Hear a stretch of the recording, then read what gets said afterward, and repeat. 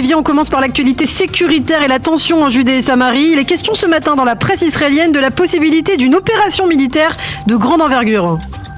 En effet, les journaux en parlent beaucoup ce matin, que ce soit le Yediot Ahronot ou Israël Hayom. Tsahal se prépare à tous les scénarios en raison de la recrudescence des violences, particulièrement dans la région de Jenin. Et le Israël Hayom nous parle d'un état d'alerte qui sera en vigueur jusqu'à la fin des fêtes de Tishri.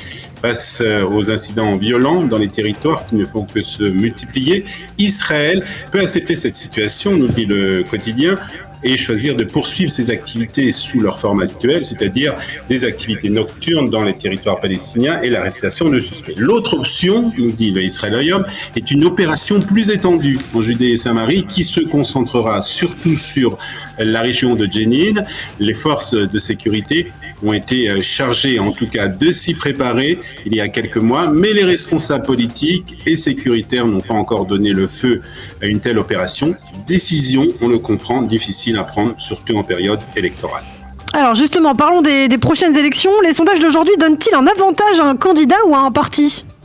Non, toujours pas Ilana, et c'est bien inquiétant par un sondage qui a été publié hier par la chaîne 14 qui donne 35 sièges au Likoud et qui permet donc, selon bien entendu ses prévisions, à Binyamin Netanyahou de former une coalition avec 62 députés. Aucun autre sondage ne donne d'avantage ni au bloc de droite ni au bloc de centre-gauche. Le sondage même publié ce matin par le Maariv enregistre une certaine baisse du bloc de droite qui passe seulement à 59 députés. Pire que ça, Ilana, selon un sondage publié par la chaîne 12, si Benny Gantz était appelé à former un gouvernement avec Binyamin Netanyahou, s'il n'y arrivait pas, il n'y arriverait pas lui non plus. Cela veut dire, Ilana, que les nouvelles élections pourraient avoir lieu au mois d'avril prochain et que nous continuerons, nous, à parler des sondages tous les vendredis matins.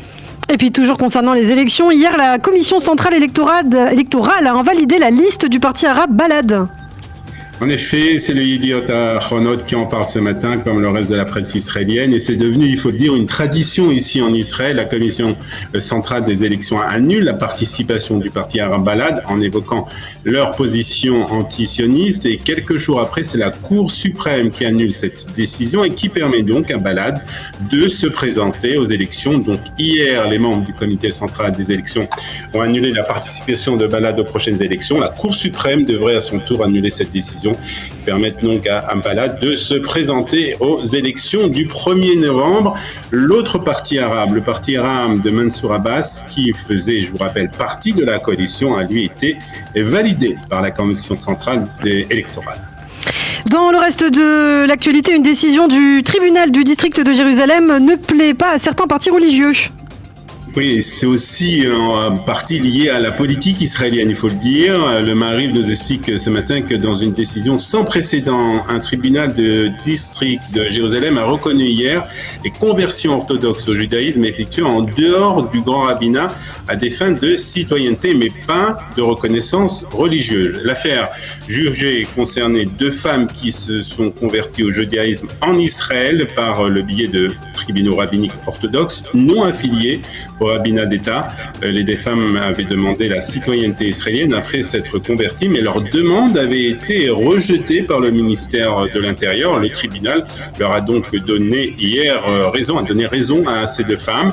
Décision qui n'a pas plu à certains partis religieux orthodoxes qui s'opposent à la conversion par les tribunaux qui ne sont pas affiliés au grand rabbinat. Et puis enfin, pour terminer, Olivier, un artiste franco-israélien a été décoré de la Légion d'honneur par l'ambassadeur de France en Israël. Oui, c'est le site d'information de Time of Israel qui en parle ce matin. Et c'est le plasticien franco-israélien Yaakov Agam, précurseur du mouvement cinétique, qui a été décoré de la Légion d'honneur cette semaine des mains de l'ambassadeur de France en Israël, Éric Danon. Cette distinction vient célébrer une œuvre en perpétuel mouvement, offrant géométrie et couleur à l'œil émerveillé du spectateur. C'est ce qu'a écrit le porte-parole de l'ambassade sur la page Facebook de l'ambassade de France en Israël. Né à Rishon LeZion en 1928, Yaakov Agam s'est établi en France à partir de 1951. Et si vous me demandez quelle œuvre Yaakov Agam a réalisé, Ilana, c'est sans doute la fontaine d'eau et de feu qui est placée au centre du Kikar Dizengoff, qui est la plus connue. Il est aussi l'auteur de la façade de l'hôtel Dan sur les bords de mer de Tel Aviv. Il existe même un musée à son nom dans la ville de Rishon LeZion. Shabbat Shalom. Shabbat Shalom.